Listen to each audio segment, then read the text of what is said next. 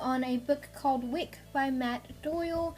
I finished this book like 2 weeks ago, and because I don't like procrastinate, I'm filming a review now. This game is like, this is a card game, kind of a card game, that's more than just a game. And how many times, guys, have we seen the more than just a game line? You have the Hunger Games, that's the big one that comes to mind for me. Panic by Lauren Oliver is another one.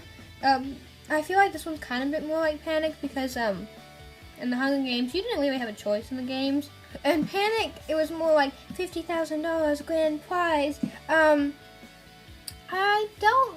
think the prize, I want to say this is just like a sports game. Like there's no, you just get the championship. There's no motivation with anything else like that. Like in Panic, everybody was just, they just needed the $50,000 to like get through life, and they felt like they were obligated to join it. But I felt in this one there was no obligation. There was just people wanting to do it because they were good at it. Like you can train for it and stuff, which I again associate with sports. And yeah, I didn't get like this is a mandatory that you have to join this, whatever. I'm sure in some families it was like that. Which we did see with a character named Dorian, who was like, family was obsessed with it. I actually kind of felt bad for laughing at him during this one scene I'm going to get to. I guess I just didn't feel like it was mandatory obligation. This book, 110%, this book will fascinate you and intrigue you, and its philosophy behind it. I can't guarantee that you'll like it, but it will definitely fascinate you or intrigue you. You have the philosophy about what it is to be human, which is like, I've seen that a few times. It's not very, very common, but I could probably mention 2 or 3 times I've seen it. But this one was different. They take video characters and they give them emotions, and this is like a game, like a video game.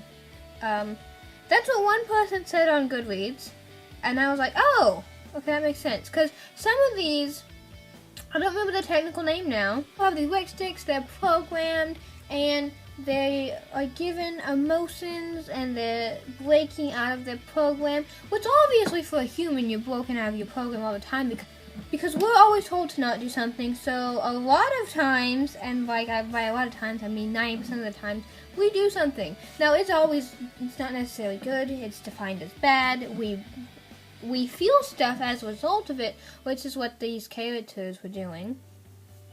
And so, what is interesting is the game is not the main concept of the book. It is for about 1/3 of the way through, but then you start noticing these minor little details happening behind the scenes, and you start thinking, there's something else that's going to go on, and yeah, there is. We have round 1 of Fawn Star Chaser versus Slade Fury. Fawn is a Offlander.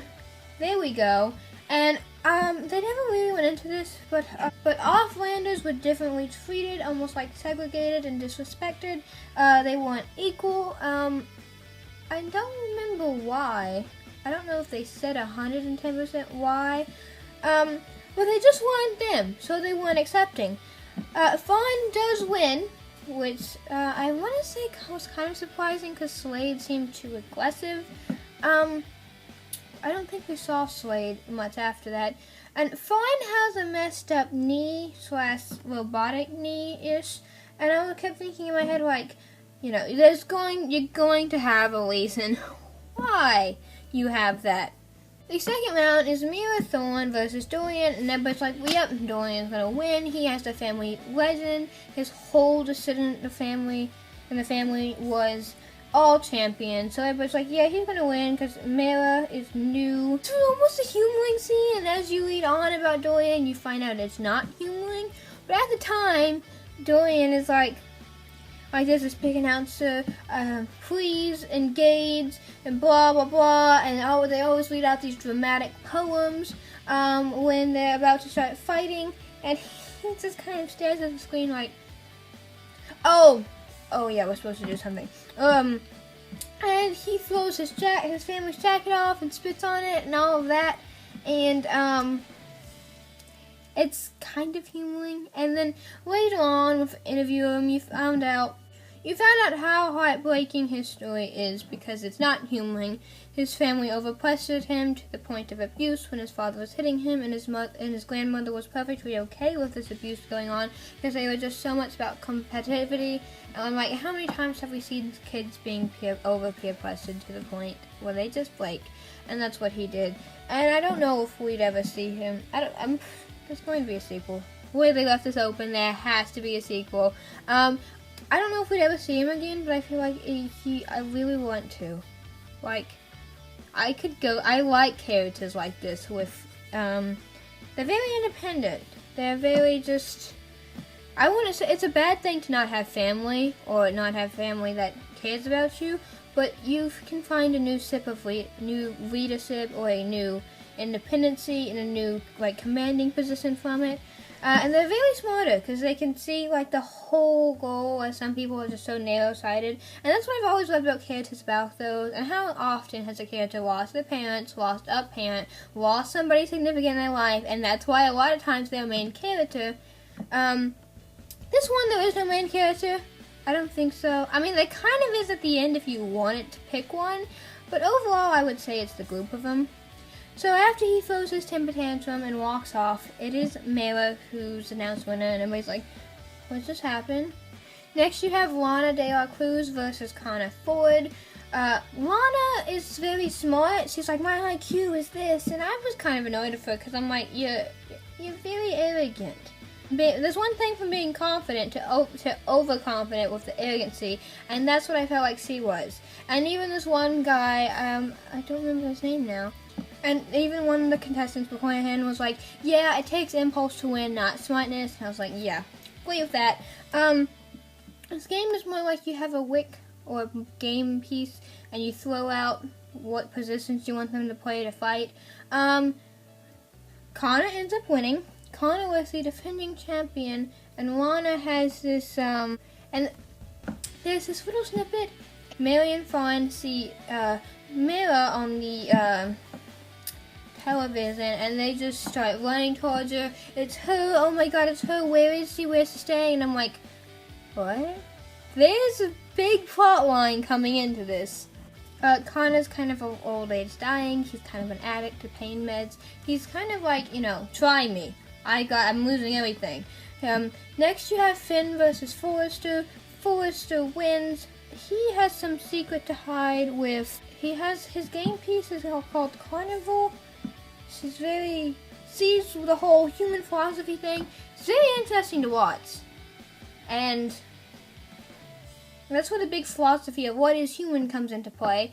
So clearly none of these players are 110% clean. Obviously. AKA, there's a book for you.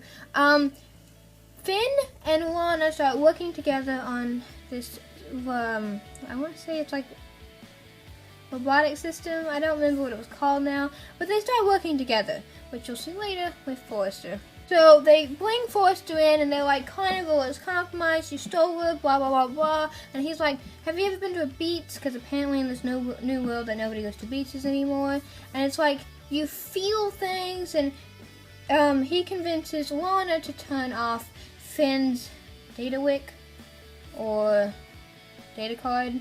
I don't know, they shut Finn off. He's too serious, he's too programmed. He is programmed. That's the big thing. That he's compromised everything or whatever. And he's like, he convinces them to turn Finn off. And then you have the whole explanation of what happened with Mary, Fawn, and Mela. And you have Mela's old trainer named Hong Chang, I think. And he's her legal guardian, Mela's. And okay, this is gonna go somewhere. Basically, Fawn was don't remember what the technical name is, but kind of like an officer, and they went on this ship, and they were pulling an assassination, her and her group, and they all split up, and they killed Mela's parents, and Fawn saved Mary and Mela. Okay, this is getting complicated, and they kind of lost track of her for a few years, and they later adopted her after she hunted her down for years. Mela hunted Fawn down, and Mela is crazy. I mean, like, pure on crazy. This is not. She doesn't remember her past, she blocked it out. She goes from being sweet and innocent to wild and crazy in 0.25 seconds. And yet she has really bad anxiety nowadays. So she has a lot of things going on with her. But I would say she's crazy because she has no explanation for why she would just get mad. She would be like all nice and then she would just go crazy.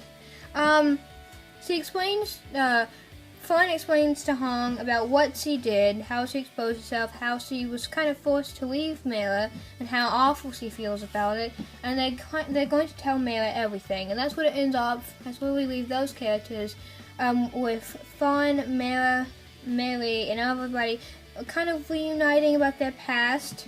I'm assuming you'd have to see them again. That's where they left off, and then it leaves off with Forrester and Carnival messing around with Lana, trying to prove that Carnival is a human because she has broken out of system, which, I mean, I could not even decide if Carnival was human. I was leaning towards yes because you're going to make your own decisions and you're going to be your own person, but even humans are guided.